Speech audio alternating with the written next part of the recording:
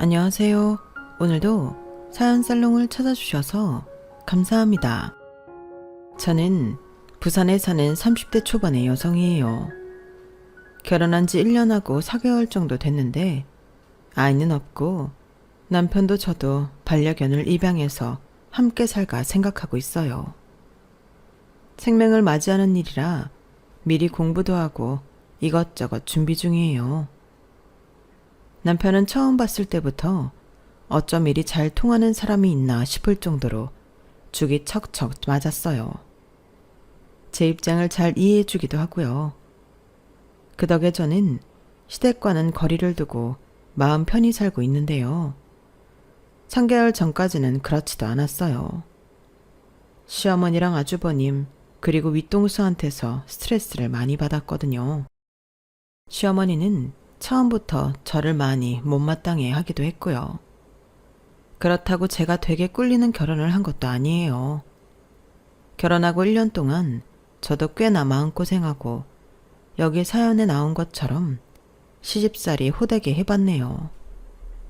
그럼에도 저는 남편의 가족들이니 잘 지내보려고 애를 썼어요.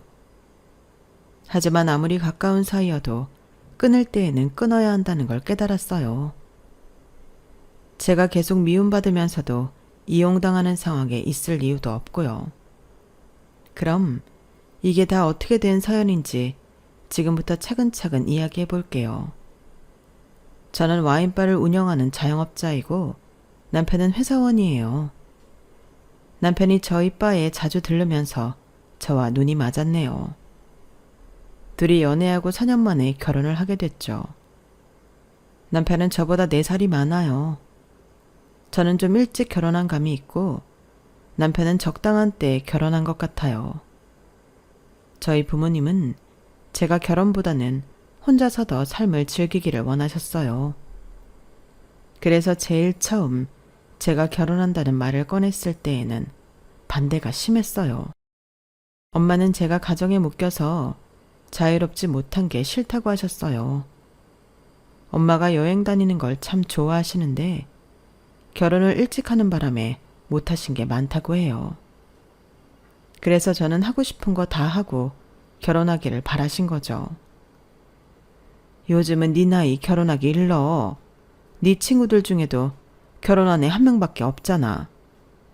종호라는 사람이 좋아 보이기는 해. 근데 사람 좋은 걸로 결혼 생활 되는 거 아니야. 그리고 걔 부모, 아니 어머니가 안 도와주실 거라며. 니들끼리 준비해야 되는 게 얼마나 힘든지 알아? 대한민국에서 부모 도움 없이 결혼 준비하는 거 되다 돼. 나중에 네 친구가 시댁 도움 받아서 결혼식 척척하고 잘 살면 그것만큼 속상한 거 없다고. 엄마가 나한테 늘 했던 말은 그게 아니잖아. 남하고 나하고 비교하지 말라며. 엄마 그런 신념으로 내가 대학 가는 거, 과 선택하는 거, 취직 안 하고 와인바 하는 거 전부 찬성해줬는데 결혼은 왜 예외인데? 그냥 우리 믿어주라. 종우 오빠 나 힘들게 할 사람 아니야. 그리고 우리 와인바 잘 되잖아. 지금 SNS에도 많이 올라가고 점심 저녁 예약 다 꽉 찬다고. 오빠 회사도 좋은 데고. 그러니까 우리 한 번만 믿어줘. 모르겠다. 너라면 몰라도 그 종호라는 애는 내가 몇 번이나 봤다고 믿어야 되니? 그리고 나는 네가 더 너만의 인생 오롯이 즐기다가 결혼했으면 좋겠어. 솔직히 이것 때문에 반대하는 거야. 네 말 맞다나 와인바 그렇게 잘 되는데 너 쉴 틈이라도 있어? 잠시 닫아놓고 여행 갈 시간도 없잖아 요즘. 엄마가 이렇게 말리셨지만 저는 남편이 너무 좋았고 남편도 저를 너무 좋아하는 걸 알았기 때문에 결혼해서 함께 있고 싶었어요. 결혼에 대한 환상도 있었던 건 사실이에요. 제 주변에서 현실 결혼 생활을 하는 친구들이 많지 않았던 것도 있었고 그나마 친구 하나가 결혼했는데 둘이 고양이들 키우며 알콩달콩 사는 게 좀 부럽기도 했어요. 아무튼 결혼은 진행이 되기는 했는데 친정과는 다른 이유로 시어머니는 저를 좀 무시했어요. 자기 아들만 세상에서 제일 잘난 부모들 있잖아요. 시어머니가 딱 그런 유형이었거든요. 엄마도 아빠도 대놓고 말씀은 안 하셨지만 나중에 언니들에게 들으니 시댁이 저희보다 경제적으로 기우는 것도 걱정하셨대요. 그러면 시댁에서 자격지심 갖고 나올 수 있다고요. 어쩌면 시어머니도 그래서 더 그랬는지도 모르겠는데 아무튼 제가 자기 아들 바지가랑이 붙잡고 늘어져서 결혼시켰다는 식으로 말하곤 했어요. 예, 세상에 돈이다가 아니다. 우리 종호 인물 잘났지, 회사 좋은 데 다니지, 키 훤칠하지. 어떤 여자가 마다하겠니? 정말 열아들, 아니 다른 사람 아들 100명 부럽지 않은 애야. 그러니까 너도 결혼한다고 난리친 거 아니겠어? 나는 더 좋은 집안 며느리 볼 수도 있는데 우리 아들 뜻 존중해서 너 받아준 거다. 그러니까 우리가 뭐 집을 해줘야 한다 그런 생각은 하지 마라. 그런데 결혼을 더 하고 싶어 했던 건 제가 아닌 남편이었거든요. 그건 시어머니가 몰랐던 것 같아요. 남편은 꽤나 자기 집에서 벗어나고 싶어 했어요. 남편한테 형이 있었는데 시어머니가 엄청 형만 편애를 했던 거죠. 그러니까 저한테 다른 아들 100명 안 부럽다는 둥 한 말은 사실은 과장이 심했던 거예요. 저한테 집 해달라고 하지 말라는 말 하려던 거죠 뭐. 저도 그거 다 알고 있었고 친정에서도 이미 시댁이 집은커녕 혼수도 제대로 해줄 수 없는 사정이라는 거 알고 있었어요. 제가 결혼한다고 계속 우기니 어쩔 수 없이 허락은 하셨지만 그 집에서 뭐 해줄 거라는 생각은 아예 하지도 않으셨네요. 나는 진짜 형 뒷바라지 하는 것 좀 벗어났으면 좋겠어. 형수까지 아주 당연하게 생각한다니까. 엄마는 시대가 변해도 장남이 집안의 기둥이라면서 형이 뭘 하든 형편만 드는데 그렇게 따지면 장남이 능력 있고 돈 잘 벌어서 나한테도 다 해줘야 되는 거 아닌가? 왜 돈 버는 사람 따로 있고 쓰는 사람 따로 있는지 모르겠어. 그렇게 말하는 남편은 속에 맺힌 게 많아 보였어요. 보니까 자기 형이 돈 가지고 사고 쳐서 막아준 게 한두 번이 아니더라고요. 남편이 흥분해서 말한 것 중에는 이런 것도 있었어요. 형이 치킨집 한 적 있거든. 치킨집 솔직히 너도 나도 다 하려고 하는 거라고. 내가 말렸는데 자기는 다르다나? 그렇게 큰 소리 떵떵 치고 인테리어도 MZ세대한테 맞춘다고 요란하게 하더니 장사가 안 되는 거야. 그러니 대출금도 못 갚고 그래서 나한테 사정을 하더라고. 엄마도 형 한 번만 도와주라고. 너는 회사 다니니까 안정적이지 않냐면서 말이지. 나도 형이 신용불량자 되는 건 막고 싶어서 빌려주기는 했는데 그 뒤로 너무 나 몰라라 하고 고마워하지도 않으니까 열받는 거야. 아니, 돈 갚을 마음이 없으면 최소한 미안하다는 말이라도 해야 되는 거 아니야? 이건 적반하장이야 진짜. 나한테 이것저것 소소하게 뜯어내는 것도 짜증나 죽겠어. 어쩐지 남편은 자기 형 이야기를 거의 안 했어요. 그냥 집안 식구 이야기 자체를 안 하고 싶어 하는 것 같더라고요. 정말 충분히 이해가 가죠. 저런 가족이면 저는 상종도 안 하고 살 것 같거든요. 제가 완전 벙찐 일도 있었는데요. 그건 아주버님이 남편 이름으로 보험을 들어놓고 수령이는 자기 앞 이렇게 한 다음에 자기가 보험 몇 번 냈는데 더 이상은 내기 어렵다며 남편 보고 내라고 했다는 거였어요. 남편은 자기도 모르는 새 자기 신분증이며 도용당했던 거고요. 그때 남편이 보험 해약하고 이것저것 뒤처리하는 거 보고 정말 뭐 저런 형이 다 있나 싶었는데요. 시어머니도 남편도 형수도 그런 걸 당연하게 생각하더군요. 그러니 결혼을 했어도 제가 아주버님이나 형님한테 감정이 좋을 리 없었어요. 결혼 전부터 그딴 짓 하는 걸 봤으니까요. 저희 결혼할 때 친정 아빠가 남편을 설득해서 저희한테 신혼집을 마련해 주셨어요. 안 받겠다고 하는 남편한테 살면서 저한테 더 잘하면 된다고, 그것밖에 바라는 것 없다고 끝까지 밀고 나가셨고, 남편은 결국 아빠 뜻을 받아들였는데요.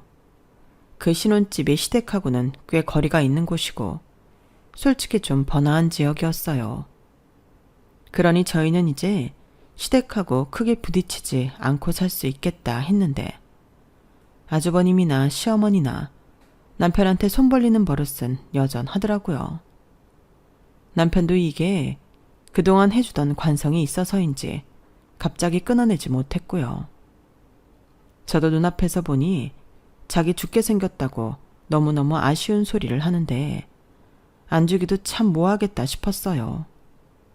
아무튼 아주버님은 이런 핑계 저런 핑계 다 대가며 남편한테 돈을 빌려가고 그 돈을 줄 생각을 안 하더군요. 시어머니는 아주버님 편만 들었고요. 그것도 전보다는 훨씬 줄어든 거라고 하더군요. 내가 엄마랑 형한테 집안 경제권 너한테 있다고 했거든. 그래서 좀 눈치를 보는 거야. 아니면 아마 더 했을 거야. 너 이런 거 보게 해서 정말 미안하고 창피하다. 결혼할 때 시어머니랑 아주버님은 분명히 저희 친정 부모님한테 아파트 해주셔서 감사하다며 둘이 잘 살게 자기네는 간섭 안 하겠다고 했어요. 아주버님은 자기가 아버지 노릇한다며 지켜준다고 했고요. 그러니 친정에서도 그래도 염치는 있나 보다 하며 제 결혼을 허락해 주신 것도 있거든요. 근데 이게 무슨 아버지 노릇인지요. 이런 걸 보며 그래도 저희 친정이 재산이 있어 다행이고 부모님이 자식 생각해 주시는 분들이라 너무 감사하더라고요. 저희 신혼집은 말씀드린 것처럼 집값이 좀 비싼 지역이었고 아빠가 아이 낳든 강아지나 고양이랑 살든 오래 살라며 신혼인 저희 형편에 비해 좀 큰 집을 얻어주셨어요. 실평수만 34편 정도 됐거든요. 친정하고는 전철 타고 세정거장이면 오갈 수 있는 거리기도 했고요. 그리고 그 지역이 저희 결혼하고 1년도 안 돼서 매매 가격이 올랐더라고요. 부동산에도 저희 아파트 물어보러 오는 사람들도 꽤 된다고 하더군요. 불경기 불황이라고 해도 오르는 데는 사람들이 몰리기 마련인가 봐요. 이게 아주버님이랑 시어머니 귀에도 들어갔더라고요. 아주버님은 시어머니랑 걸어서 10분 거리에 살고 있었는데 그쪽 지역이 집값도 땅값도 안 오르기는 했어요. 저희 사는 곳만 올라간 게 아주버님 질투심에 불을 당긴 것 같더라고요. 결혼하고 집 들일 때도 안 왔던 아주버님이 갑자기 형님하고 저희 집에 오겠다고 하더니 은근히 이것저것 캐묻더라고요. 형님은 저희 집 인테리어를 하나하나 뜯어보고는 화병하고 테이블 매트를 달라고 해서 좀 당황했거든요. 물론 드리기는 했어요. 근데 처음 아랫사람 집에 오면 하다못해 두루마리 휴지라도 사올 법한데 아무것도 안 사와서 밥 얻어먹고 과일에 차 얻어먹고 내내 살림을 못하는 것 같네, 돈을 펑펑 쓰는 것 같네 이러다가 뭐 달라고 하면 주는 사람 입장에서도 기분이 나쁘잖아요. 그리고 2주쯤 지났나? 이번에는 시어머니까지 셋이서 왔더라고요. 그때 아주버님이 대뜸 이런 말을 했어요. 확실히 여기가 애들 키우기에는 더 좋겠어. 근데 2사람은 일단 아이 안 낳고 개 키울 거라며. 나나 민준아 좀 더 돈 벌고서 아이를 낳자는데 동의했어. 걔도 입양하려니 생각할 게 많아지더라. 천천히 멀리 내다보며 준비할까 해. 종우, 너 말에 아주 허세가 들어갔다.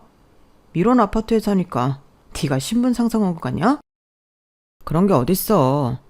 내 말이 그렇게 들렸으면 그건 그냥 형 생각이야.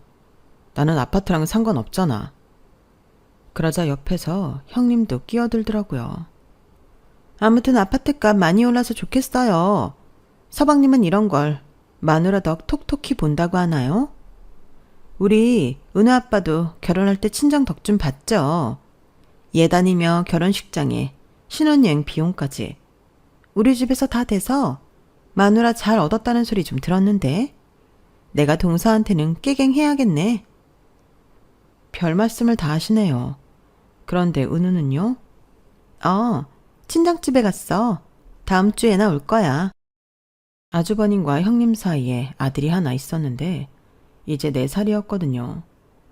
근데 두 사람은 그 아이를 형님 친정에 너무 자주 맡기는 것 같더라고요. 그런 것까지 제가 상관할 바는 아니지만 아무튼 제가 그 조카의 얼굴을 거의 본 적이 없어서 말이에요.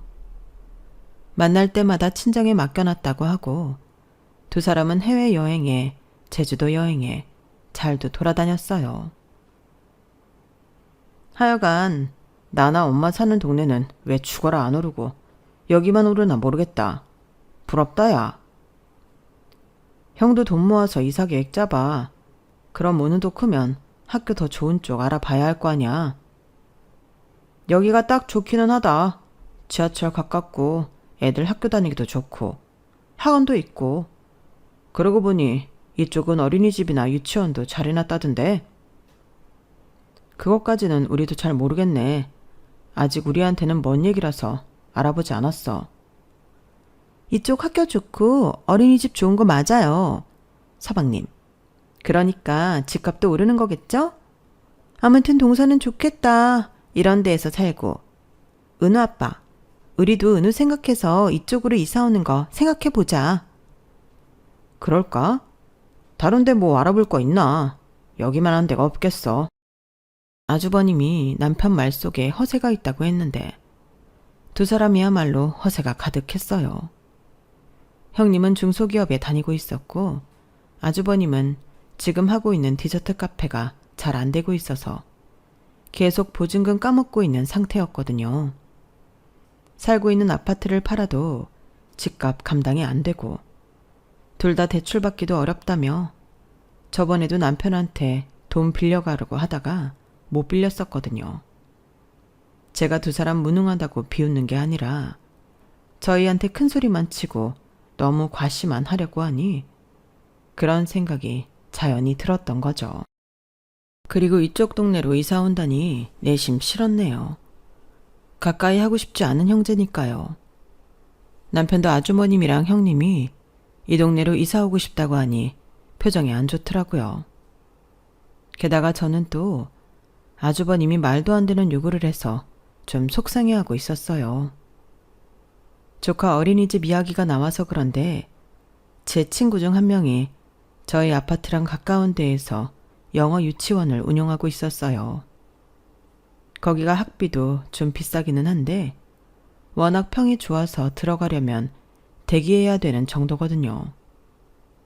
근데 아주버님이 자기 아들을 거기에 다닐 수 있게 친구한테 부탁을 해달라고 계속 저한테 압력을 넣는 중이었어요.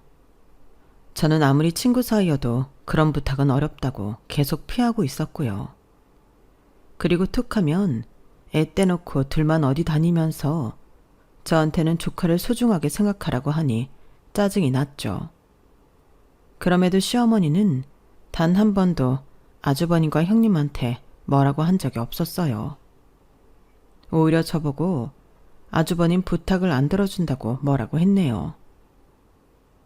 니네는 동생이 돼서 형보다 잘 살면 더 나눌 줄도 알고 해달라는 것도 해줄 줄 알아야지. 어떻게 그렇게 이기적이니? 가족은 그런 거 아니다. 그리고 니네 하나밖에 없는 조카 아니냐? 친구한테 그 정도 부탁도 못해? 네가 마음이 있어봐. 뭘 못하겠어. 너무 그렇게 칼처럼 자르면서 사는 거 아니야. 이뿐 아니라 시어머니 역시 저한테 바라는 게 참 많았어요. 일주일에 한두 번씩 친구들 만날 때마다 용돈 달라고 전화했고 옷이며 화장품이며 사달라는 것도 많았어요. 큰아들 내외한테는 아무 요구도 안 하는 눈치인데 왜 그리 저한테만 그러는지 모르겠더라고요. 남편한테 빌린 돈이 많으니 그런 것까지는 말할 수 없으니까 저한테 하는 것 같더군요. 저도 물론 성심성의껏 좋은 것 해드리고 싶어요. 하지만 그게 마음에서부터 우러나와야 제 돈을 쓰면서도 기분 좋잖아요. 제가 친정 부모님한테 용돈 한 번 드릴 때 두세 번은 가져갔네요. 그리고 한 번은 100만 원 넘는 자켓을 사달라고 너무 당당하게 요구해서 기분이 상하기도 했어요. 아무리 자식이고 제가 며느리라고 하지만 이런 건 너무하다고 생각했거든요. 생일이나 어버이날도 아니었으니까요. 결혼할 때도 아무것도 못 해준다고 하더니 결혼하고 나서도 과일 한 봉지 사다 주지도 않으면서 뭘 받기만 하려고 하니 그런 시댁하고 계속 보고 싶겠어요. 아주버님은 아주버님대로 남편 경제권 저한테 있다고 그렇게 말을 해도 자잘하게 30만 원씩 20만 원씩 몇 번 빌려가더라고요. 그러다가 자기네 카페 보증금도 다 까먹게 생겼다며 목돈을 부탁했더라고요.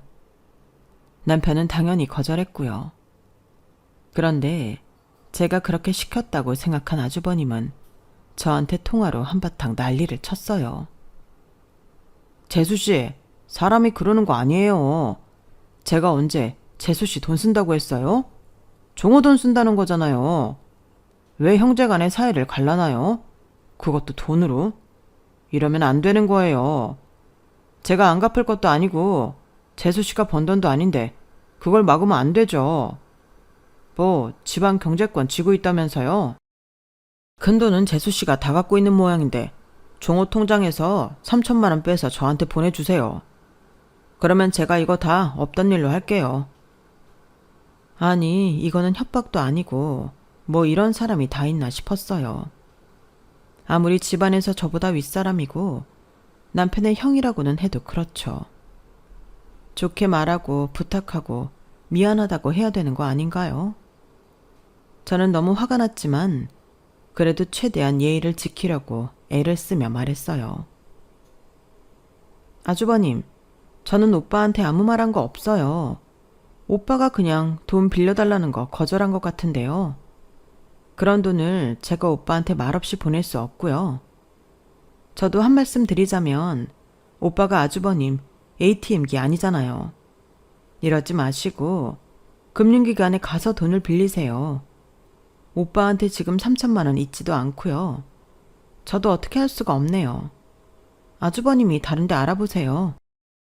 저는 딱 선을 긋고 안 된다고 했어요. 하지만 아주버님은 그렇게 만만한 사람이 아니었어요. 그런 데에서 돈 빌리려면 시간이 많이 걸리는데 제가 시간이 없어서 그래요. 정말 이럴 거예요? 나를 무슨 돈이나 달라는 그런 사람 취급하는 거 맞죠? 이렇게까지 말씀 안 드리려고 했는데 그런 거 맞지 않나요? 오빠한테 빌려간 돈 하나도 갚은 거 없죠? 저도 다 알아요. 저 몰래 몇십만 원씩 빌려갔고 그전에도 오빠가 대출까지 받아서 빌려준 돈 하나도 안 갚은 거요. 차용증을 써도 아무 소용 없잖아요. 저를 욕하셔도 어쩔 수 없어요. 저희도 땅 파서 돈 나오는 거 아니고요. 저희 이 집에서 아들 노릇 며느리 노릇 충분히 하고 있다고 생각해요. 그러니 너무 무리한 요구는 하지 마셨으면 좋겠어요. 그러자 아주버님은 저보고 기막히고 황당하다며 어떻게 이럴 수 있냐고 막 화를 냈어요. 그래도 저는 꿈쩍하지 않았어요. 속으로 좀 무섭기는 했죠. 성인 남자가 막 소리 지르는데 아무렇지도 않을 리가 있겠어요. 그래도 저는 안 된다고 끝까지 좋게 말했네요. 결국 아주버님은 시어머니 도움으로 어떻게 돈을 융통했다고 하더라고요. 하지만 그 후 시댁 식구들이 저희를 대하는 태도가 아주 냉랭해졌어요. 저한테는 있는 것들이 더하다며 저러고 사니 돈을 모은다고 피도 눈물도 없는 사람 취급을 했고 남편은 결혼하고 변심했다고 뭐라고 하더군요. 저도 기분이 나빴죠. 불과 1년도 안 된 결혼 생활하면서 제가 시어머니한테도 아주버님한테도 한 게 있는데 어쩌면 저럴 수 있는지.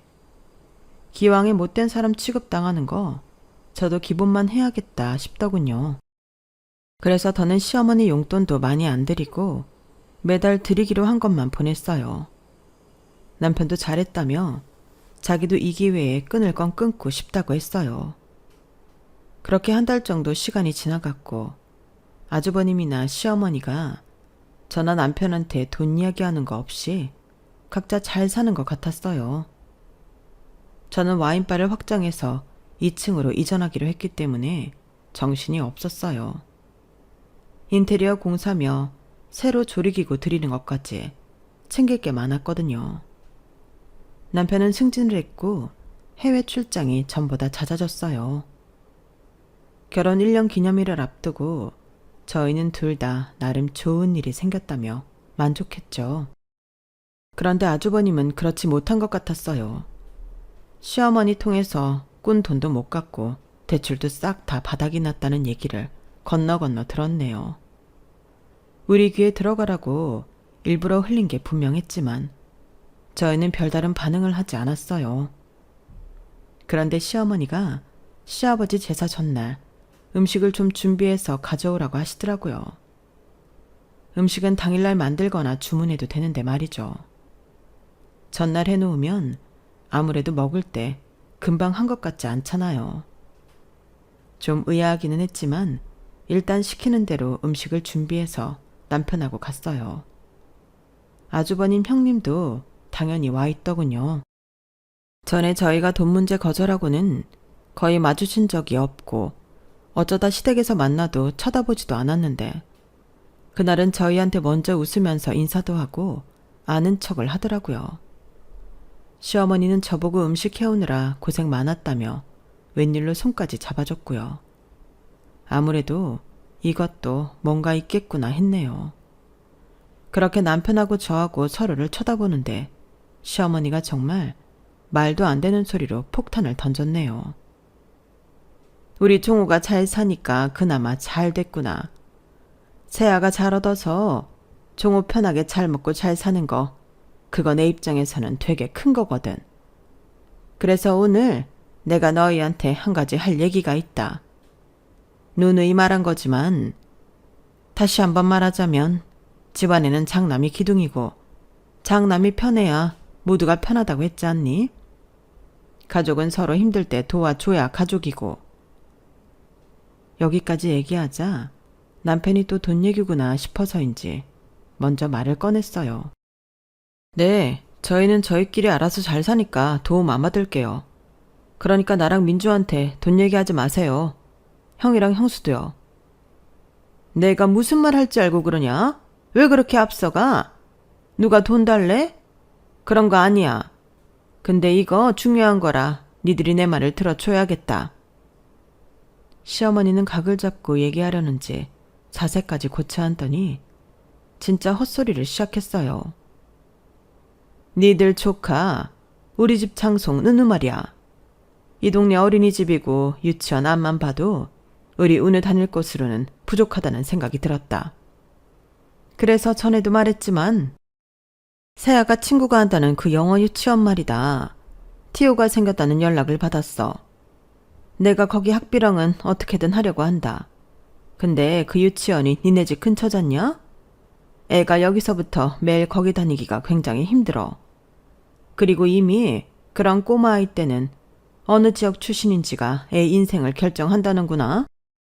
여기 살면서 그 동네 영어 유치원 가봤자 은우는 서민 동네 아이 취급받는다는 거지. 그러니까 니들이 그 집을 큰 집에 내줘야겠다. 니들은 얼마든지 직구할 수 있잖아. 거기 집 넓어서 니네 둘 살기는 너무 횡해. 니네는 대출도 받을 수 있고 여차하면 또 사돈댁에서 도와주실 수도 있는 거잖니. 사실 큰애 내 친정에는 돈 갖다 쓴 게 있어서 그런 말까지 하기는 좀 부끄럽고 마침 니들한테 집이 있는데 복잡하게 생각할 거 없잖니? 그러니 니들이 집을 좀 내줘야겠다. 진짜 살다 저런 식으로 자식 집 뺏는 사람은 처음 봤네요. 너무 어이가 없어 화도 안 나더라고요. 저는 정말 차분하게 말했어요. 어머니, 그 집 명의 제 거예요. 아빠가 집을 해주시기는 했는데 오빠가 끝까지 안 받는다고 해서 제 이름으로 해주셨어요. 오빠는 공동명의도 싫다고 했고요. 그러니까 지금 제 집을 아주버님네 이사 오게 하라는 말씀이신 거죠? 네 집인 거 우리도 알아. 일단 좀 살게 해달라 이거지. 그러는 새에 우리 종수도 사업 잘 되고 하면 그런 집 살 수 있는 거잖아. 그 유치원 다니는 애들이 니네 아파트 단지에 많이 산다더라. 니들이 조카 생각해서 그 정도 희생은 할 수 있는 거 아니니? 두 식구가 실평수 34평이면 너무 크잖아. 그 집을 살만한 사람이 살아야지. 안 그래? 니들은 나중에 그런 집 살아도 되고. 제가 아주버님이랑 형님을 보니 아주 당당하게 저를 보더라고요. 진짜 하다하다 이제는 평소에 맨날 친정에 맡겨놓는 아이를 핑계로 집을 차지하려 들다니 사람이 바보인 줄 아는 건지 호구인 줄 아는 건지 뭐가 됐든 열이 받더라고요. 거기에 아주버님이 아주 쐐기를 박았어요. 그래요, 재수씨. 명의 같은 거는 나중에 천천히 생각해도 되는 거고 우리가 거기 계속 살지 말지는 살아보면서 결정할게요. 동서가 아파트 내주면 우리도 섭섭지 않게는 할게. 다시 말도 트고 살고 좋잖아. 너무 멀리 이사가지 말고 형제가 가까운 데 살면서 자주 봐야지. 좋기는 뭐가 좋나요? 맨날 옆에서 누구를 뜯어먹으려고 드는 건지 제 위장이 다 꿈틀하더군요. 남편은 화가 잔뜩 나서 먼저 입을 열었어요. 말이 되는 소리를 해요. 민주집을 형 주라는 소리잖아. 이건 뱅뱅 돌려 말해도 그건데 이제는 둘째 며느리 집까지 손을 댈 생각이에요, 엄마? 뭐 잠깐 와서 살겠다고 해도 안 된다고 할 판인데 뭐가 어째요? 남편이 열받아서 맞는 말만 하는데 아주버님은 되도 않는 소리를 했어요.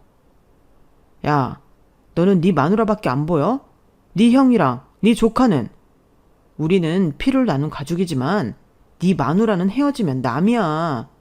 그런데도 너 지금 마누라 집을 우리 준다고 큰 소리 치는 게 말이 돼? 어디서 시건방지게 목에 핏대를 세워. 너는 은우가 좋은 친구들 사귀고 고급지게 사는 게 싫으냐? 네 하나뿐인 조카인데 우리 은우 이 집 장손이야. 장손이 잘 돼야지. 그리고 은우가 커봐라. 니들한테 얼마나 잘하겠어. 그러니까 멀리 내다보고 나중에 은우한테 효도받을 생각해. 일단 우리는 받아놓은 이사 날짜가 있으니까 그 중에서 니네가 시간 맞는 날로 골라봐라. 마치 우리 생각해주는 것처럼 벌써 이삿날까지 골라나온 게 기가 차더군요. 남편은 되도 않는 소리 말라며 소리를 쳤고 그럴수록 아주버님과 형님은 약 올리듯이 피식거리기만 했어요. 그래서 저도 같이 웃는 얼굴로 대해야겠다 싶었네요. 그럼 큰집 아파트는 어떻게 하시는데요? 처분하시나요? 아니다. 그거 뭐 처분한다고 큰돈 나오는 것도 아니고 그래서 전세를 줄까 한다. 아니면 당장 큰돈은 안 돼도 월세를 받아도 되고. 시어머니는 제 질문에 얼른 대답하더군요. 제가 그렇게 물어보니 집을 내줄 거라고 생각한 것 같았어요. 아주버님이랑 형님 눈도 기대에 가득 찼고요. 저는 바로 핸드폰으로 아주버님네 동네 아파트 검색을 해봤어요. 거기 전세 주면 1억 3천은 나오겠네요. 저희 아파트 전세가 4억 3천은 넘어요. 저희 바로 앞이 전세로 사는데 이번에 4억 5천 줬다고 하더라고요. 그러면 그 집 저희한테 전세값을 주세요. 1억 3천에서 3억만 더 있으면 되겠네요. 어머니 집 팔면 3억은 좀 더 되지 않나요? 그거 저 주세요. 그러면 아파트 이사하게 해드릴게요. 저도 아빠가 해주신 집인데 무슨 명분이 있어야죠. 그리고 아빠가 이런 식으로 큰 집에서 저희 아파트에 무작정 사는 거 아시면 가만히 안 있으세요. 아빠가 사업하면서 꽤 큰 로펌 변호사들하고도 친분 있는 거는 모르셨죠. 그러니까 그렇게 해서 4억 3천 주고 들어와서 살려면 사세요. 아니면 아주버님 집을 팔고 돈을 보태던지요. 근데 그 아파트 팔아도 2억 5천 이상 못 받는 것 같은데? 나머지 1억 8천은 어머니가 해주셔야겠네요. 지금 아주버님도 형님도 돈 빌릴 데 없잖아요. 시어머니는 자기 집을 팔라고 하자 바로 싫다며 펄쩍 뛰었어요. 아니, 내가 재산이 있고 또 있는 것도 아닌데 어떻게 내 집을 팔라고 하니? 우리 집도 더 오를 수 있는데 그 시세로 친다고? 말도 안 되는 소리 마라. 아니에요, 어머니. 어머니랑 아주버님 그쪽 지역은 몇 년째 부동산 제자리잖아요. 저희 아파트는 지금도 오르고 있어요. 그러니까 제가 4억 3천에 전세 살라고 하는 게 절대 무리한 요구 아니에요. 저희는 집도 절도 없이 쫓겨나게 생겼는데 이 정도는 얘기할 수 있는 거잖아요. 그러니까 그 돈 주고 2년 계약 하시든지 아니면 그냥 포기하세요. 제 말에 아주버님과 형님은 아무 말도 못하고 어버버했고 시어머니는 뭔가 생각하더니 안 된다고 몸서리를 쳤어요. 안 된다. 나는 내 집 있어야 해. 애들 아빠가 나한테 물려준 건 이게 유일한 거야. 내가 내 집에 하숙을 쳐도 내가 나가지는 못한다. 그럼 아주버님네가 어머니네 들어가서 하숙하는 셈 치고 매달 월세 내고 아주버님 아파트 팔아서 빚 갚으면 되겠네요. 저희한테 빌린 돈도 갚고요. 어머니는 어머니 큰아들만 중요하신가 본데 저도 저희 집에서는 귀한 딸이에요. 저희 부모님이 결혼해서 시집에 이런 취급받는 거 알면 어떻게 나오실 것 같으세요? 저희 아빠 절대 가만히 안 있어요. 그래서 저도 아무 말 안 하고 있었던 거고요. 아주버님, 그동안 저희한테 돈 갖다 쓰신 거 있죠? 종우 오빠한테 차용증 쓰고 안 갚은 것도 있고요. 어차피 계좌로 보내서 조회하면 다 나오거든요. 그거 저희가 뭘 몰라서 가만히 있었던 거 아니에요. 지금이라도 아빠 친구 변호사분한테 그거 들고 가서 돈 받을 수 있게 소송 진행해달라고 할까요? 제 말에 세 사람은 더 하얗게 질리기만 하고 아무 말도 못했어요.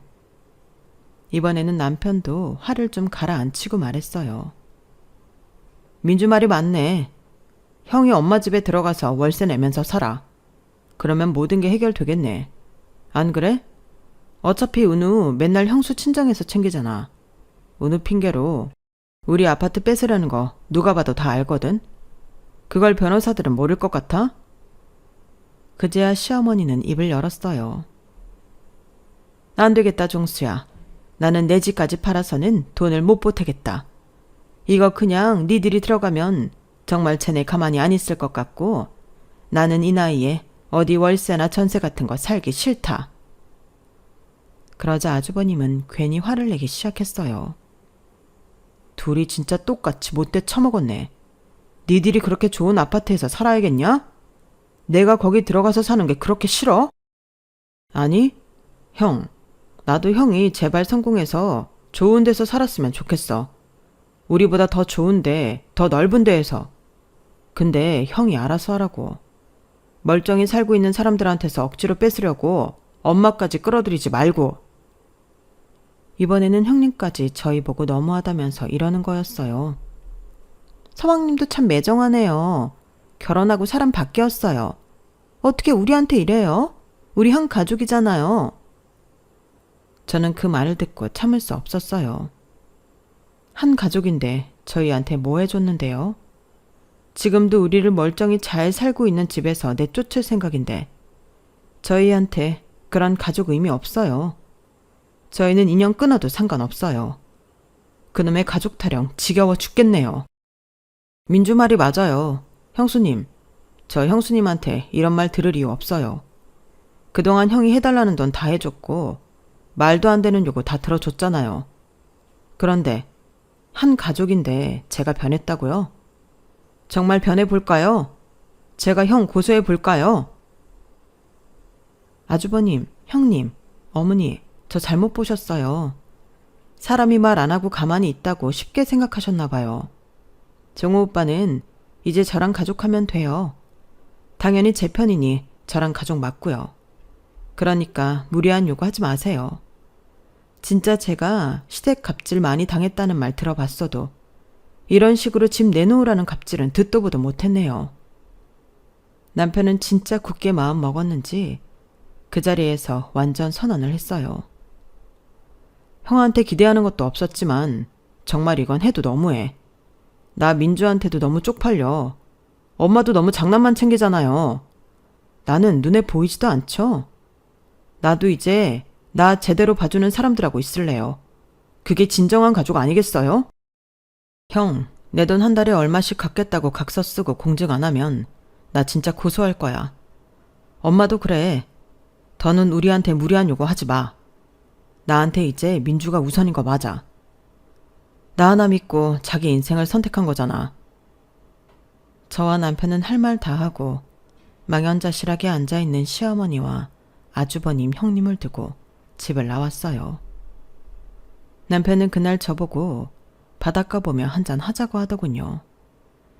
회의에 소주를 시켜놓고 남편은 이제야 숨통이 트인다고 했어요. 진작에 이랬으면 저한테 그런 말도 안 되는 소리 못했을 텐데 미안하다면서요. 괜찮아, 됐어. 이제 더 좋은 일만 있을 거야.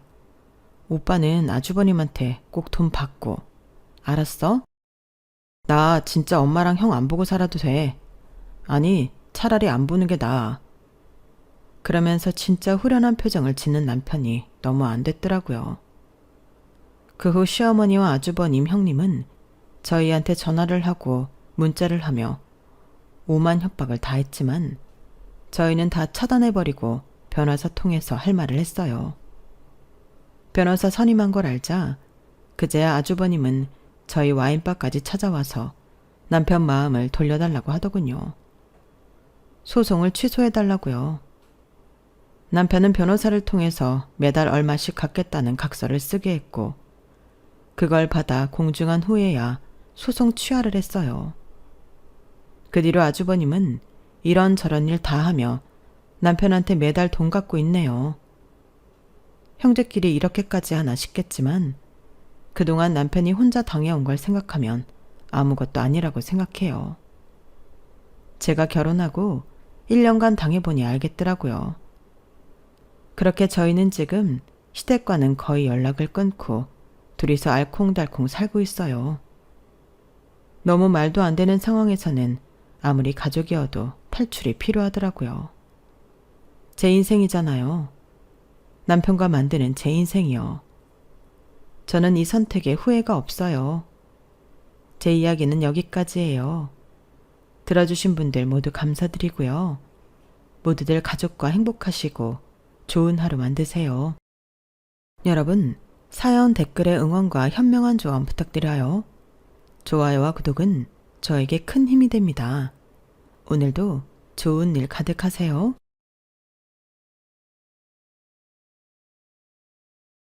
안녕하세요. 오늘도 사연 살롱을 찾아주셔서 감사합니다. 저는 순진하게 사랑만 믿고 결혼했다가 제대로 낭패를 본 30대 후반 여자입니다. 저는 제 스스로 그동안 야무지고 합리적이며 어떨 땐 과감한 사람이라고 생각했어요. 그리고 사람 보는 눈도 제법 가지고 있다고 자부하며 전 남편을 선택했는데요. 결과적으로 저는 헛똑똑이에 사람 보는 눈도 없는 그런 여자였더라고요. 아니, 적어도 그런 놈이었고 그런 직구석인 줄 몰랐다는 것이 개인적인 변명이라면 변명인데 그로 하여금 이혼녀라는 타이틀을 얻고 또 부모님을 속상하게 만들었지만 지금은 썩어 빠진 부분을 도려내고 그때보다 더 훨훨 날개짓하며 잘 살고 있는 여자입니다. 그리고 저처럼 순진하게 사랑만 믿고 모든 걸 극복할 수 있다고 생각하는 사람이 있을까봐 이렇게 사연을 보내게 되었는데요. 모두가 저 같은 꽝을 고르진 않겠지만 그래도 돌다리도 두드려 보고 건넜으면 하는 마음에 제 이야기를 좀 해보려고요. 저와 남편은 같은 회사에서 만났어요. 남편이 저보다 나이로는 2살이 어렸는데 회사 입사는 제가 남편보다 4년이 빨랐어요. 그러니 제가 남편의 상사였고 제가 신입사원을 챙기는 과정에서 호감을 갖게 되었죠. 저 혼자 좋아한 게 아니고 남편도 저를 좋아했어요.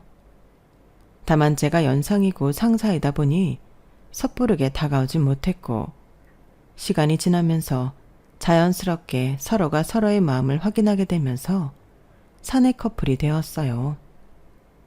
처음엔 남편이 신입이다 보니 비밀로 하고 만났는데 생각처럼 비밀 연애라는 게 쉽지 않더라고요. 보는 눈도 많고 소문도 엉뚱하고 이상하게 나는 게 그냥 떳떳하게 밝히고 만나는 게 낫겠다는 생각이 들었어요. 그래서 공식적인 커플이 되었고 연상 연하의 상사와 신입 커플이라는 게 꽤 다른 사원들에게 신선한 화제가 되었는데 그런 가운데 남편이 상처를 입는 일도 있었어요. 사실 제가 외동이고 집에 여유가 있는 편이라 제가 그럭저럭 잘 사는 걸 어지간한 사람들은 다 알고 있었거든요. 그러니 남편이 돈 많은 연상인 저를 계획적으로 꼬셨다는 소문이 퍼졌는데 제가 제 입으로 아니라고 해도 소문이라는 게 정말로 발이 달린 건지 진압이 되지 않았어요. 남편은 괜찮다고 자긴 신경 쓰지 않는다고 했지만 저도 제 뒤통수가 따가울 때가 많은데 본인은 오죽할까 성질이 나더라고요. 정말이지 남편은 그런 낌새가 하나도 없었거든요. 그리고 연애를 하면서 알게 된 사실은 남편 집은 정말 경제적으로 힘들었는데 그럼에도 불구하고 시부모님이 자식들 교육에는 신경을 많이 써서 남편과 시누이를 가르치셨고 그 덕에 남편도 시누이도 이름만 얘기하면 다 아는 대학을 나와 대기업에 들어간 건데 연애할 때는 시부모님도 생각이 바로 선 분들이시구나 생각했어요. 그런데 뭐든 장점이 있으면 단점도 있듯 없는 집에서 자식들을 그렇게 키웠으니 빚이 장난이 아니었는데 남편과 신우도 대학을 졸업하고도 한참 동안 학자금 대출을 갚아야 했어요. 그리고 월급을 받으면 대부분은 부모님이 낸 빚을 갚기 위해 써야 했기 때문에 연애를 나름 오래 하고 결혼을 한 거였음에도 남편은 모은 돈이 1,000만 원도 안 된다고 했는데요. 솔직히 그 말을 들었을 때는 충격이긴 했어요. 저랑 남편이 다니는 회사가 그래도 대기업이었고 월급과 상여가 나름 많은 편이었는데 모은 돈이 1,000만 원도 없다니 말도 안 된다고 생각했거든요. 그래서 잠시 결혼을 미룰까도 고민했는데 다른 것도 아니고 돈 때문에 망설인다는 게 싫어서 그냥 결혼을 하기로 했어요. 남편이 사치를 부리거나 도박을 하는 것도 아니고 부모님이 낸 빚을 갚느라 돈이 없는 건데 그 정도는 내가 품을 수 있어야 한다고 생각했거든요. 그만큼 저는 남편을 많이 사랑했고 또 돈이라면 부족하지 않을 만큼 있었는데 무엇보다 결혼을 한다면 남편과 꼭 하겠다는 마음이 커서 분명히 기우는 결혼이라는 걸 알면서도 강행했어요. 물론 처음엔 저희 부모님도 남편의 조건을 아시고는 선뜻 허락을 해주지 못했는데 막상 남편을 보고 이야기를 나눈 후에는 언제 망설였냐는 듯 감사하게 흔쾌히 허락을 해주셨어요. 그런데 그럼에도 불구하고 없는 집에 하나뿐인 딸을 시집 보내기는 마음에 걸리셨는지 결혼식을 며칠 안 남겨두고 저희 아빠가 저한테 통장과 체크카드 하나를 건네주셨는데요. 결혼이야. 네가 선택했으니 너만 행복하면 엄마 아빠는 그만이고 단 박서방 집이 많이 어렵다고 하니 현실적으로 어려운 일이 많을 거야.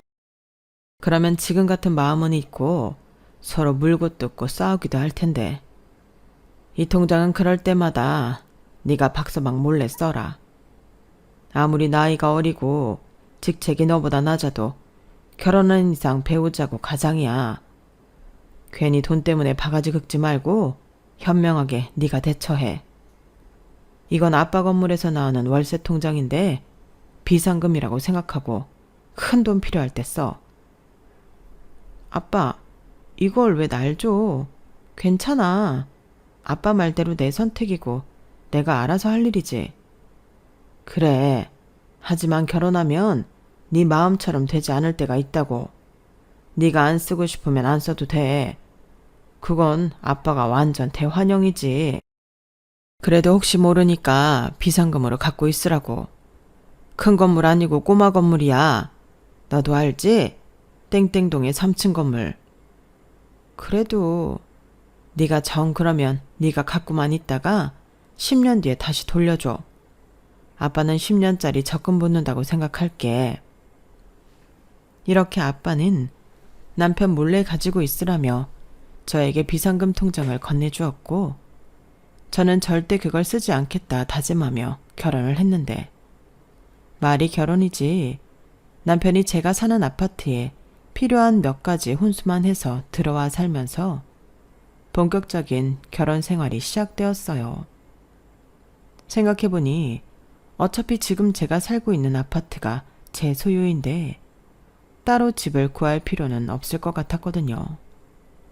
그리고 제가 쓰는 살림살이가 있으니 전부 새 거로 바꿀 필요도 없었는데 그래서 딱 필요한 침대와 가전 몇 개만 새 것으로 바꾸고 신혼생활을 시작했어요. 그리고 신우는 저희가 결혼하기 훨씬 전에 시집을 갔고 시집을 간 후로 시댁 빚을 갚는 건 중단했는데 신우가 남편 눈치가 보여 더는 돈을 보낼 수 없다고 했다더라고요. 그래서 남편의 부담이 늘어날 수밖에 없었는데 그나마 빚을 많이 갚아서 저희가 결혼했을 때는 5천 정도만 남은 상태였어요. 게다가 시댁이 월세라 매달 40만 원씩 월세가 나가고 있었는데요. 참고로 시부모님은 저희가 결혼하기 2년 전에 이혼해서 따로 계셨네요. 그래서 월세는 시아버님이 계신 집 월세를 말하는 거였는데 그 돈은 온전히 남편이 내고 있었어요. 다행이라고 말하는 게 좀 이상하지만 시어머니는 시골 고향이자 친정으로 내려가셔서 남편에게 어떤 부담도 주지 않았는데 시아버님은 아들에게 도움을 받으며 일용직 일로 그때그때 생활을 유지하는 것처럼 보이더라고요. 이쯤 얘기하면 그런 집에 뭐하러 시집을 가나 제가 이상하게 보이실 텐데 그것도 따지고 보면 맞아요. 저는 그런 것들을 크게 생각하지 않았거든요. 남편이 벌고 있고 시아버님 앞에 빚도 다 갚으면 생활비와 월세 정도는 드리면서 우리 부부 살 수 있을 거라고 생각했고 그 정도는 저도 같이 부담을 하거나 제가 저희 생활비에 더 쓰면 된다고 쉽게 생각했어요. 무엇보다 제가 남편을 높게 생각한 부분이 컸는데 같이 일을 해보니 능력도 있고 수완도 좋아서 사회생활을 잘하더라고요. 그래서 나중엔 저보다도 더 잘 나가는 사람이 될 거라는 확신이 있었는데 저는 그만큼 제 결혼에 자신이 있었죠. 적어도 돈 때문에 남편하고 싸우지 않겠다고 생각했고 여기에 안 쓸 돈이긴 하지만 친정에서 비상금 통장까지 쥐어줬으니 제가 잘 살지 못할 이유가 없다고 생각했는데요. 거기에 시아버님도 며느리인 저를 정말 좋아하셨어요. 저를 볼 때면 우리 집에 복덩이가 들어왔어요 라며 저를 예뻐해 주셨는데 며느리 사랑은 시아버지라고 그땐 아무것도 모르고 그게 좋기만 했어요. 이혼한 시부모님이랑 주변에서는 힘들지 않냐고 했지만 전혀 그런 건 없었거든요. 시아버님은 제가 시댁에 가면 직접 삼겹살도 사다 구워주셨는데 설거지도 시키지 않으시더라고요. 그런데 여자라고 저 말고는 없는 집에 저만 손 놓고 쉬고 있으니 그것도 좀 민망했는데요. 하지만 우리 며느님은 그냥 앉아만 있어. 여기에서는 이 시아버지가 다 해줄 테니. 라며 시아버님은 제 앞에 커피까지 타서 대접해줬는데 이렇게 팔자 좋은 며느리가 또 있을까? 그래서 그때까진 아무것도 모르고 저는 결혼을 잘했다고 생각했어요. 그러다 시아버님이 경미한 교통사고를 당하셨고 10일 정도 입원했었는데 다행히 신우가 시아버님 앞으로 들어놓은 보험이 있어서 저희가 따로 돈을 지불할 일이 없었어요. 그런데 문제는 시아버님이 사고 후유증이라며 일을 전혀 못하시겠다고 하신 후로 시작되었는데요. 어쩌겠냐. 내가 아파서 일을 못하는데. 니들이 이번 달부터는 내 생활비도 조금 챙겨줘라. 내가 혼자 사는데 뭐 그렇게 많이 쓰는 것도 아니고 한 200 그 정도만 맞춰줘. 아빠, 생활비만 200이라는 거 아니지? 지금 빚 갚는 거랑 월세만 해도 150인데 여기에 200을 더하면 내 월급이랑 맞먹어. 아유, 내가 뭐 계속 달라 그러냐. 일 못하는 동안만 좀 그렇게 해달라고. 니들은 둘이 벌잖아.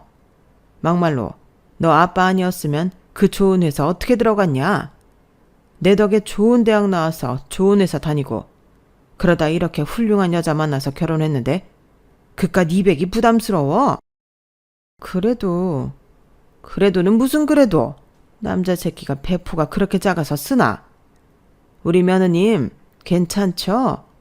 내가 좀 쉬고 금방 다시 일하러 나갈 테니까 그때까지만 부탁해. 우리 며느님 그 정도 능력 있잖아. 안 그래요? 아, 네, 뭐. 저는 시아버님의 말에 어이는 없었지만 어쩔 수 없는 부분이라고 생각해 그냥 웃어 넘겼어요. 다른 거면 몰라도 몸이 아파서 일을 못 하시겠다는데 거기야 대고 아니요, 그렇게는 못하니 나가서 일하세요. 라고 할 수는 없잖아요. 그렇게 졸지에 남편 월급은 남편 통장을 스쳐 전부 시아버님에게로 흘러 들어갔는데 나머지는 어쩔 수 없이 제가 번 돈으로 충당했어요. 그런데 남편이 저한테 필요한 돈을 달라고 하기도 그렇고 어쩔 수 없이 카드를 쓰고 살았는데 그 카드 값을 메꿔야 하다 보니 그것도 제가 해결해야 하는 문제가 되었죠. 그렇게 한 달이 지나고 두 달이 지났어요. 그동안 시아버님은 물리치료를 받는다며 통원하셨고 워낙에 사고 자체가 경미해서 그 정도 치료하시고 쉬셨으면 일을 하셔도 될 거라고 생각했는데 남편은 저와 생각이 달랐어요. 이제 아버님 다시 일하셔도 되지 않나? 계속 이렇게 생활비까지 맞춰드리면 자기가 너무 힘들잖아. 나도 자기 카드값을 계속 대신 내주기도 그러고. 물론 그게 싫다는 건 아니지만 이건 아닌 것 같단 말이지. 어? 그래도 어떻게 그래. 아빠한테 이제 몸도 나은 것 같으니 일 나가라고 하긴 좀 그렇잖아. 자기가 좀 더 기다려주면 안 될까? 이참에 자기도 점수 따고 좋잖아. 점수? 나는 그런 점수는 필요 없어. 그러지 말고 자기가 와서 잘 봐서 말씀드려봐. 내가 말하면 그건 좀 그렇잖아. 아니, 그래도 난...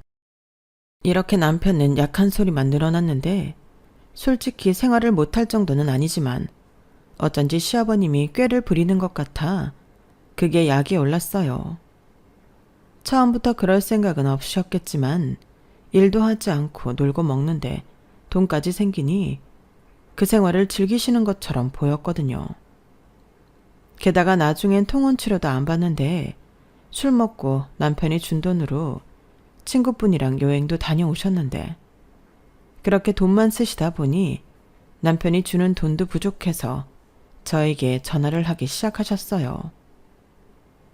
어이 며느님, 시아버지가 부탁이 있는데 나 돈 한 50만 원만 보내주면 안 되나? 이번에 일이 좀 생겨서 급하게 돈이 필요해서 우리 능력 있는 며느님한테 50만 원은 껌값이잖아.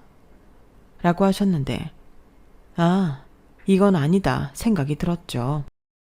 시아버님과 잘 지내고 싶은 마음이 그전에는 있었지만 자기 아들도 모자라 제 등에도 빨대를 꽂겠다는 시아버님의 태도에 기분이 확 상했어요.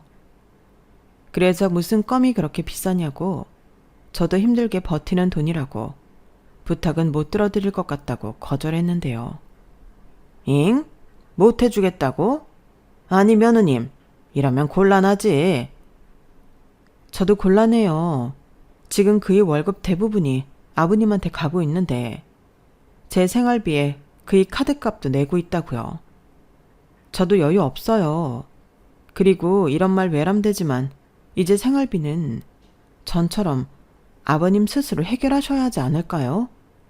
그이는 죽어라 일하는데 그 돈이 전부 아버님한테로 가고 있잖아요. 뭐? 너 지금 말 다 했냐?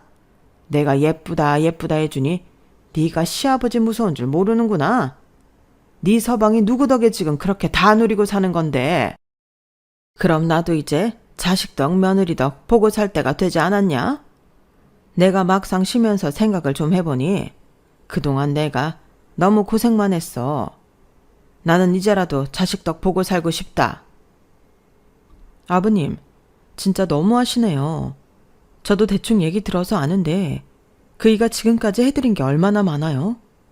아버님은 자식 덕 보시려고 자식 낳아 키우신 거 아니잖아요. 떼키, 너 뚫린 입이라고 함부로 찌꺼리면 못 쓴다. 자식이면 부모한테 효도하는 것이 당연하지. 며느리도 자식이니 너도 나한테 효도해야지. 잔말 말고 시키는 대로 해. 50만 원? 아니, 너 괘씸하니 100만 원 보내라. 이렇게 말도 안 되는 생떼를 쓰며 시아버님은 일방적으로 전화를 끊으셨어요. 그래서 저도 참지 않고 돈은커녕 걸려오는 전화도 받지 않았는데 제가 전화를 안 받으니 남편한테 전화를 하신 모양이더라고요. 결혼 후에 한 부서에 있을 수 없어 남편이 부서 이동을 했는데 한참 일하는 중 남편이 찾아와 자기 아버지랑 무슨 얘기를 했냐고 따지듯 묻더라고요. 그래서 저는 어떤 거짓말도 보태지 않고 있는 사실대로 얘기했는데 저는 당연히 저와 같은 생각일 줄 알았던 남편이 불같이 화를 내니 당황했어요. 그래서 우리 아빠한테 이제부터 생활비 알아서 하라고 했다고? 그게 맞잖아. 사실 처음부터 그렇게 크게 다치시지도 않았고 양심이 있으시면 한 달 정도 지나고 나서는 생활비는 됐다고 하셨어야 하는 거 아니야?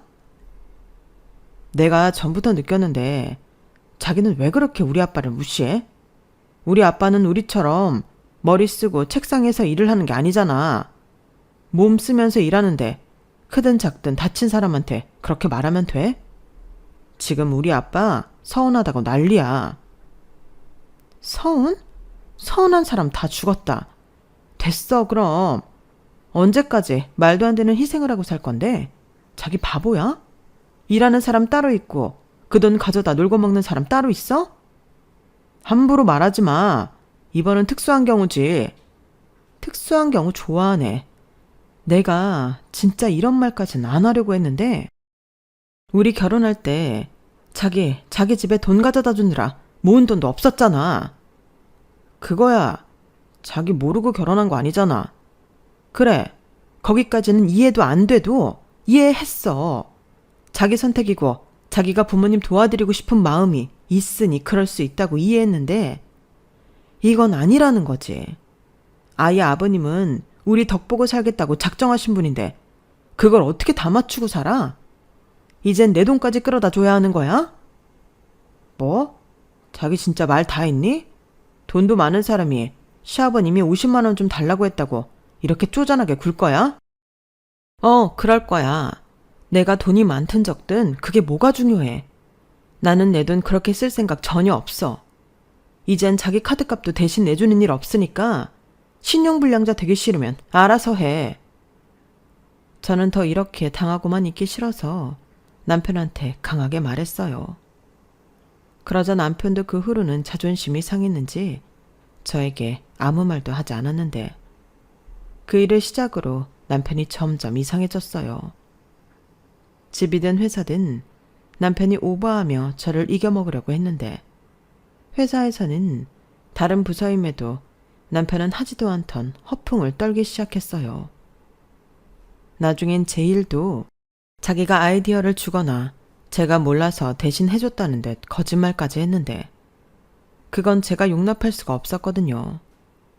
하지만 한번 이상하게 엇나간 남편은 예전으로 돌아오지 않았고 거기에 시아버님 때문에 돈 문제까지 엮이니 신경전을 계속하게 되었는데 평소 같으면 쿨하게 대처하는 저였지만 그게 쉽지 않았어요. 제가 쿨하게 대처하겠다는 게 자발적인 호구가 되겠다고 생각한 건 아니었기에 대놓고 니들 등에 빨대 꽂고 편하게 살겠다는 시아버님 행태를 두고 볼 순 없었죠. 그리고 당연히 저랑 같은 생각일 거라고 믿었던 남편이 어이없게 시아버님 편을 드니 그것도 놀랄 노자의 황당 그 자체였는데 그때 생각했죠. 아, 저래서 그 많은 돈을 아까운 줄도 모르고 자기 집에 갖다 줬구나. 일할 때는 야무진 줄 알았는데 부모 앞에서는 그냥 호구 등신이었네. 이런 생각마저 들었는데 하도 속상하니 저도 모르게 친정엄마랑 통화하던 중 이 이야기를 하게 되었어요. 물론 제가 자신 있다고 선택한 사람이고 결혼이라 민망하긴 했는데 그래도 나중엔 속에서 골마 터지고 남한테 이야기하는 것보다는 친정엄마한테 하는 게 낫겠다고 생각했죠. 그러자 친정엄마는 제가 속상한 걸 아니 별 다른 말은 하지 않으셨는데 분명 속으로는 친정엄마도 속상하셨겠죠. 그리고 그걸 친정아빠랑 상의를 하신 모양인데 며칠이 지난 후 아빠한테 뜻밖의 제안을 듣게 되었어요. 아빠다. 네 시아버지한테 상가 관리 일을 맡겨보면 어떨까? 엄마한테 얘기 들었는데 언제까지 니들이 네 시아버지를 책임지고 살 수는 없잖아. 이참에 내가 월급으로 300씩 챙겨 드릴 테니 이제 더는 박서방한테 돈 받는 거 그만하고 당신이 벌어서 생활하시게 하자. 말이 관리지 크게 신경 쓸 일도 없어. 사무실에 앉으셔서 간단한 민원 처리만 하고 주차 관리만 신경 쓰면 되는데 CCTV도 다 있으니 골치 아픈 일도 잘 없다. 네가 네 시아버지한테는 잘 말씀드려봐. 정말? 그럼 지금 관리인분은 어쩌고? 그게 몸이 아프셔서 2달 전에 뭐 하시겠다고 말씀하셨거든. 근데 워낙 오래 일하셨고 아빠가 기다리겠다고 그냥 당분간은 사람 구해서 쓰고 있었는데 사돈이 오케이만 한다면 상황이 이러니 양해를 구하려고. 우선은 네 시아버지가 좋다고 하셔야 될 일이니 여쭤보고 알려줘라. 응, 아빠 고마워요. 그렇게만 되면 내가 이제 걱정이 없을 것 같아. 저는 친정아빠의 제안에 신이 났어요. 솔직히 시아버님 입장에서도 싫다고 할 이유가 없는 제안이라고 생각했고 그렇게만 된다면 더는 남편도 시아버님에게 돈을 드리지 않아도 되니 더할 나위 없이 좋을 거라고 생각했죠. 그래서 신나는 마음에 바로 시아버님에게 전화를 드렸고 시큰둥하게 전화를 받은 시아버님에게 저는 저희 아빠가 해주신 내용을 말씀드렸는데 시아버님은 진지한 목소리로 생각을 좀 해봐야겠다고 하셨어요. 그 목소리가 흡사 딱딱하게 굳은 듯 들렸는데 그땐 기분 탓이라고 생각했어요. 사실 시아버지 입장에서도 거부할 이유가 전혀 없는 제안이었기 때문에 저는 무조건 오케이 하실 거라고 생각했는데 그날 저녁 저는 날벼락 같은 소리를 듣게 되었어요. 자기야, 자기가 아까 우리 아빠한테 전화해서 경비 일하라고 했어? 아빠 상가 건물 있잖아. 거기서 관리 일하는 거 아빠가 제안하셨거든. 월급도 300 정도는 챙겨주실 수 있다고 하셔서 아버님한테 말씀드렸어. 그러면 이제부터는 자기 도움 안 받고 아버님이 힘으로 벌어서 생활하실 수 있으니까. 나 참, 자기는 생각이 있는 사람이야? 그리고 장인어른은 우리 아빠를 얼마나 우습고 하찮게 생각하셨으면 그런 말도 안 되는 소리를 하셔? 사돈한테 경비 일을 하라고? 그것도 남의 건물도 아니고 사돈 상가 건물을? 그게 무슨 상관이야. 오히려 사돈이니까 그만큼 챙겨주는 거지. 우리 아빠는 자기 생각해서 큰 결정을 한 거야. 먼저 일하셨던 관리인 아저씨는 200만 원 정도 받은 걸로 아는데 아버님이 빚도 있고 그러니까 300만 원 주신다고 하는 건데 우리 아빠는 그만큼 부담이 늘어난 거지. 그래서 뭐 나랑 우리 아빠가 고마워라도 해야 한다는 소리야? 진짜 사람을 뭘로 보고 이러는 거야? 우리가 거지냐? 됐어. 아빠도 싫다고 하셨고 나도 싫어.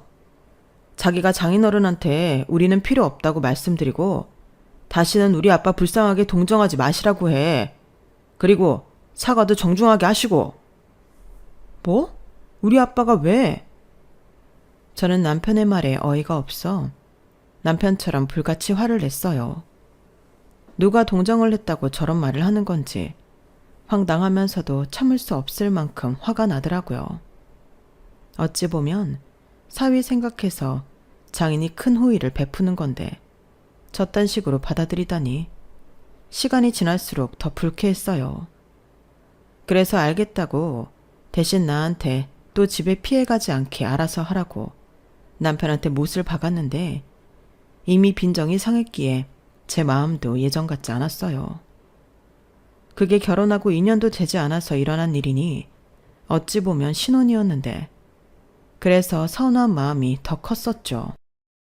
하지만 남편은 자기야말로 무시당했다는 열등감에 사로잡혀 저와는 말도 하지 않으려 했고 설상가상으로 며칠 뒤 술에 잔뜩 취한 시아버님의 전화까지 받게 되었는데 술을 얼마나 드신 건지 혀가 완전히 꼬부라지셔서는 저에게 윽박지르며 언성을 높이셨어요.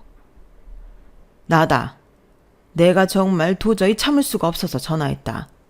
니네 아버지는 나랑 내 아들을 얼마나 우습게 생각했으면 그런 말을 할 수 있니? 내가 니네 집 기키는 개야? 어디 나한테 경비 나부랭이 같은 일을 하라고 해?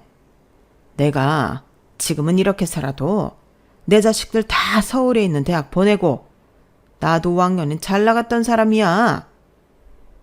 아버님, 지금 술 드시고 저한테 화풀이 하시는 거예요? 저희 아빠가 언제 아버님이랑 그 일을 우습게 생각했어요.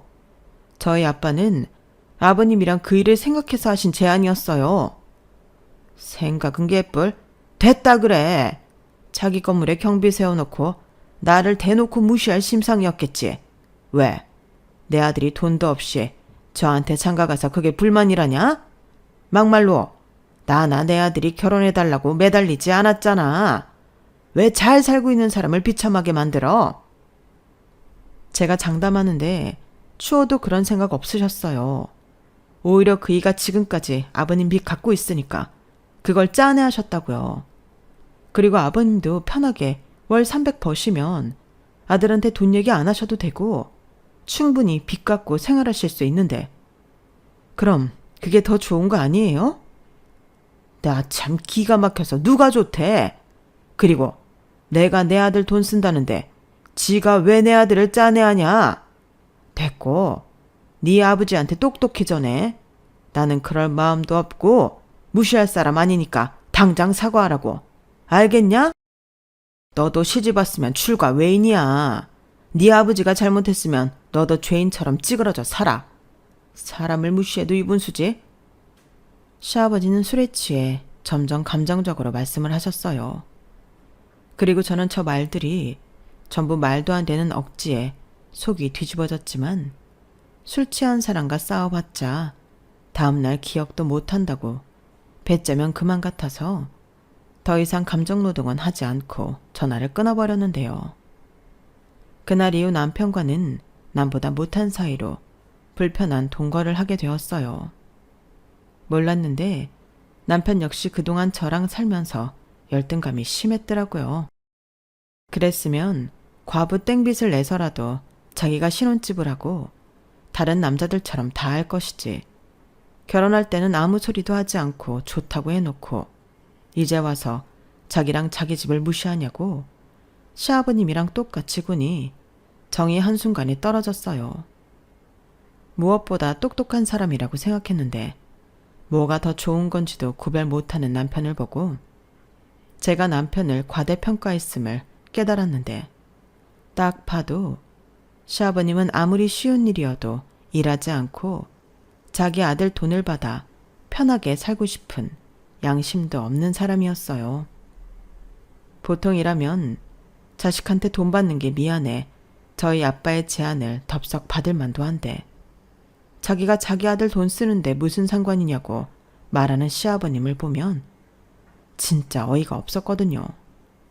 계부도 아니고 친부가 어떻게 저렇게 말을 할 수 있나.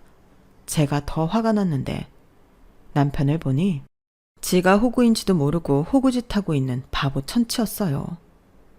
그런데 문제는 저는 그런 사람이 아닌데 저까지 자기처럼 굴라고 하는 것이 화가 났는데 시아버님도 그렇고 남편 놈도 그렇고 저랑 저희 친정에 돈이 있으니 그 정도는 해도 괜찮다고 생각했나 봅니다.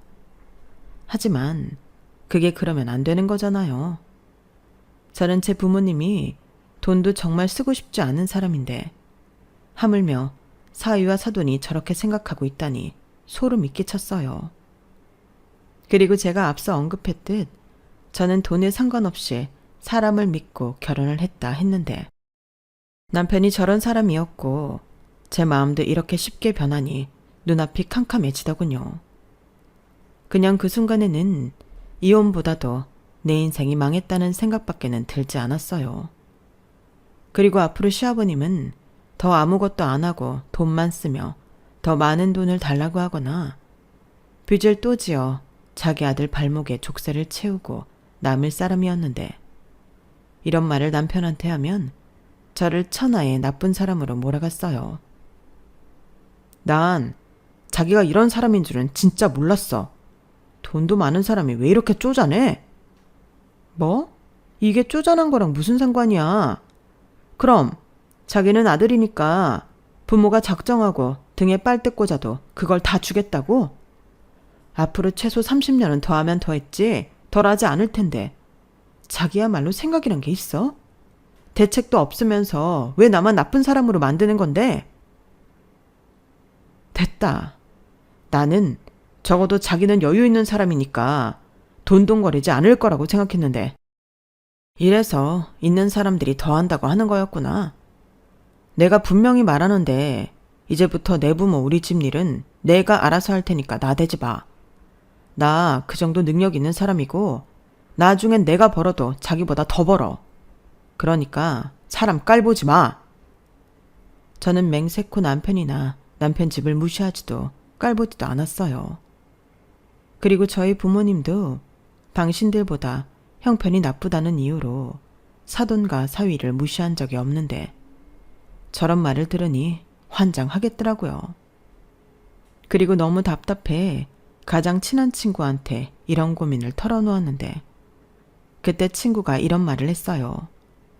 사실 결혼하기 전부터 친구는 저에게 신중하게 선택한 게 맞냐고 몇 차례나 물어봤거든요. 원래 열등감에는 장사 없는 거야. 내가 그래서 너한테 충분히 생각하고 결혼 결정한 거냐고 계속 물었었잖아. 이건 사랑하는 감정이랑은 전혀 다른 거야. 사랑해도 열등감은 열등감인 거지. 지금 보니까 이건 약도 없어. 시아버지도 그렇고 네 남편도 그런데 이걸 어떻게 해? 그럼 약도 없으면 나는 어떻게 해야 하는 건데? 글쎄, 솔직히 너만 생각해서는 난 네가 이혼했으면 좋겠지. 막말로 네가 뭐가 아쉬워서 그런 소리를 듣고 사냐? 오히려 널 업고 다니고 또 고맙다고 절을 해도 모자라잖아. 야, 아무리 그래도 말을. 왜? 내가 네 남편 흉보니까 화나? 그럼 참고 계속 그렇게 살든가. 근데 아니다 싶으면 빨리 정리해.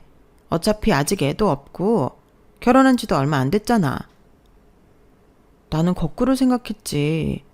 결혼한 지 얼마 안 돼서 이런 일이 생겼으니 서로를 더 잘 알게 되면. 아, 서로를 더 잘 알게 된다고?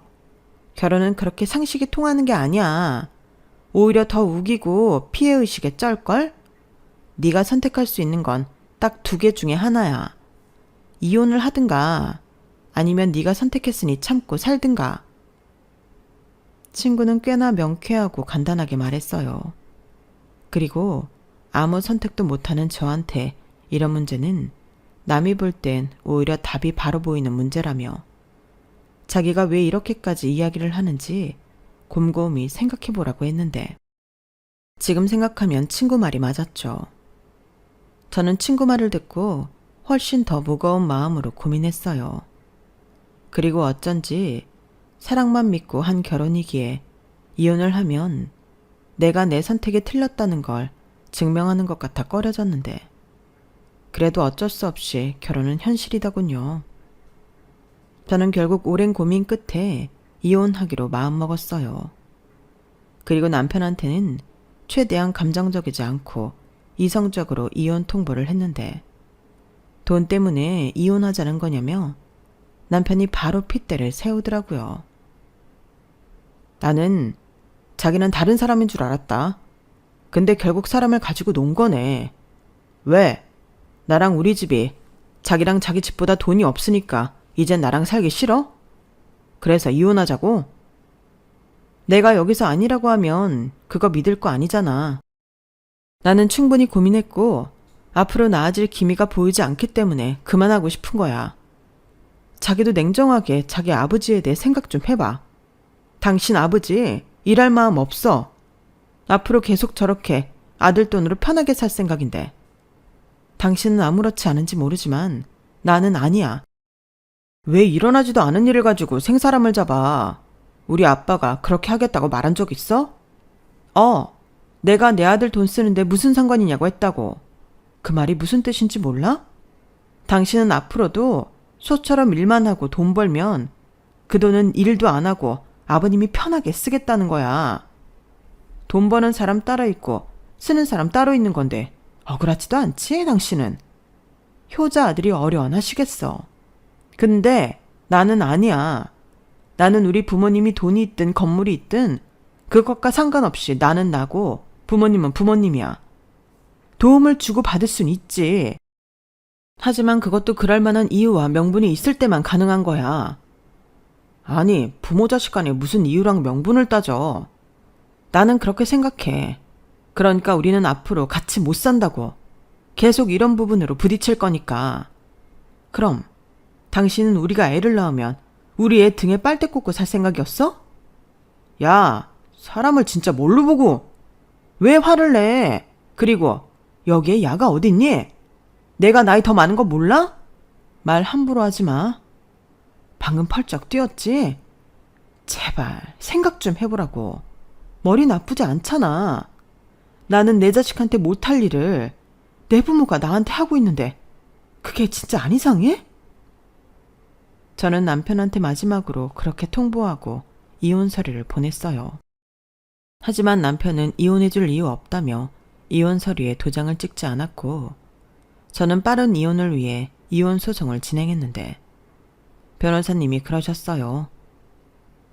혼인 기간도 짧고 함께 형성했다고 볼 수 있는 재산도 없으며 분할할 재산도 없네요. 위자료 생각하시는 부분 있으세요? 아니요. 어차피 돈도 없는 사람 위자료까지 내놓으라고 하고 싶진 않네요. 그냥 빨리 이혼할 수 있게만 해주세요. 그럼 바로 소장 작성해서 접수하겠습니다. 시아버님이랑 갈등 부분도 있고 충분히 가능하세요. 이렇게 말을 들으니 마음이 한결 가벼워졌어요. 그리고 하루 휴가를 내서 저는 남편이 결혼하면서 사온 혼수와 남편 짐을 모두 제 집에서 뺐는데요. 아울러 집 도어락 비밀번호도 바꿨어요. 물론 남편한테도 짐이 모두 밖에 있는 것 하며 소장이 곧 회사로 도착할 것임을 고지했는데 예상했던 대로 남편이 집에 와서 현관문을 두드리고 난동을 부리더라고요. 그리고 그럴 것을 예상해 저는 친정 아빠한테 도움을 청했는데 바로 저희 아빠가 나서서 상황을 정리했어요. 자네, 지금 내 딸 집 앞에서 이게 무슨 추태인가? 장인어른, 진짜 너무하십니다. 제가 뭘 잘못해서 이렇게 비참하게 쫓겨나야 하죠? 그러게, 왜 일을 이렇게까지 만들어? 그냥 이혼 도장 찍고 원만하게 해결했으면 좋았잖아. 제가 왜요? 전 이혼하고 싶지 않아요. 그리고 저랑 저희 아빠가 피해를 입힌 것도 없잖아요. 제가 피해를 입혔다고 하면 납득이나 할 텐데. 꼭 피해라는 게 무언가 손해를 봐야 하는 건가?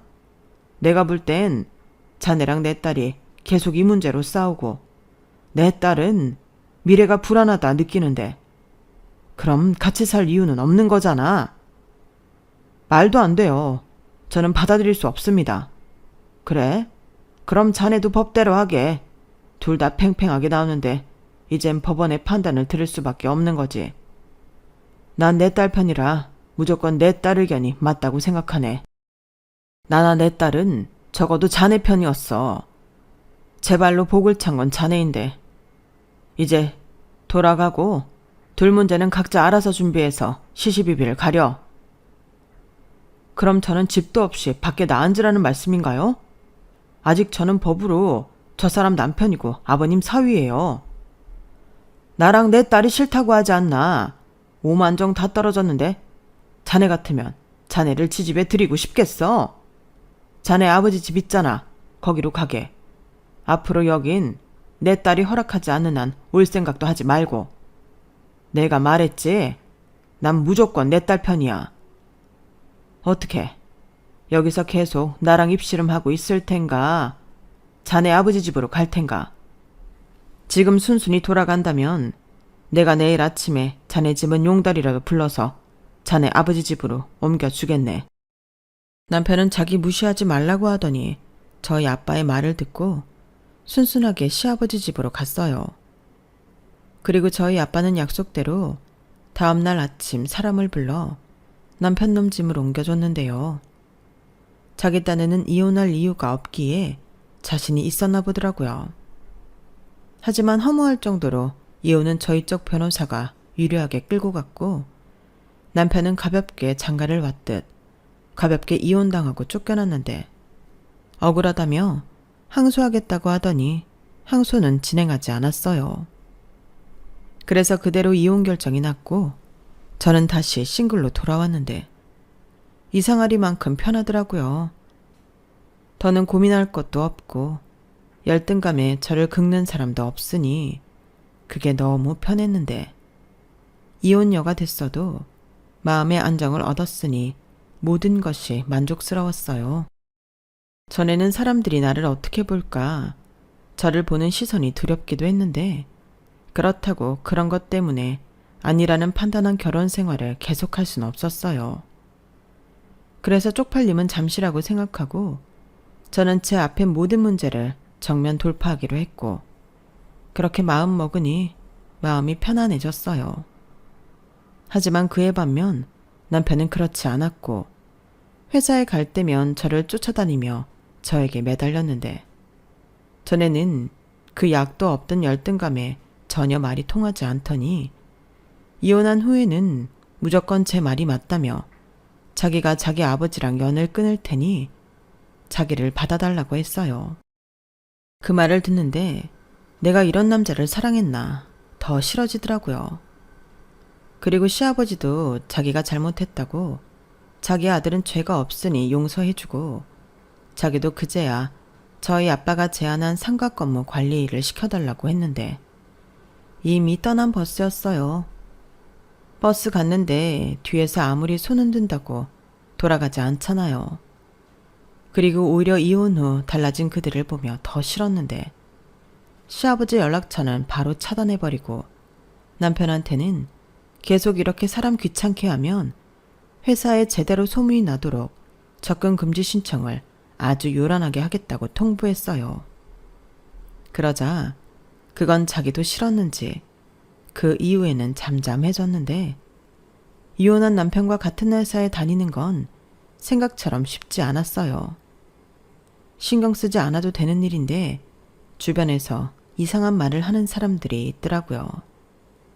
그래서 이직을 할 수 있으면 하는 것도 나쁘지 않겠다는 생각이 들어 그때부터 이직 준비를 했고 3개월 뒤에 지금 다니는 회사만큼 큰 회사에서 최종 임원 면접을 통과하면서 저는 미련 없이 이직을 했어요.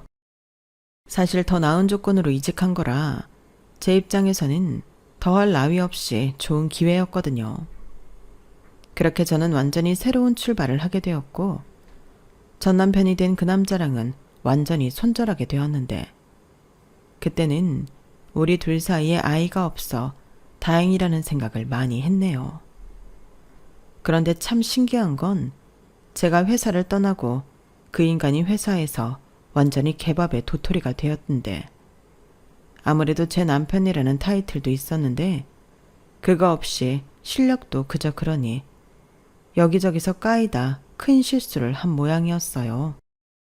그래서 책임 문제 때문에 저도 알고 지내던 팀장님이 회사를 그만두게 되었고, 그 일로 회사에 단단히 찍힌 그 인간이 주변 눈총을 못 이겨 지 손으로 사직서를 썼다고 했는데, 어떻게 보니 저랑 이혼하고 저랑 달리 인생이 팍싹 구겨진 꼴이 되었더라고요. 솔직히 능력도 있고 남편이기 전에 동료로서 그 정도로 후지다고 생각하진 않았는데 그것도 콩깍지였나 보죠. 뭐 이젠 더 엮일 일도 없으니 관심도 없지만 부디 자기 발로 저라는 복을 찾다는 걸 뼈저리게 느꼈으면 좋겠네요. 이렇듯 저는 짧지만 요란하게 결혼 생활을 마쳤어요.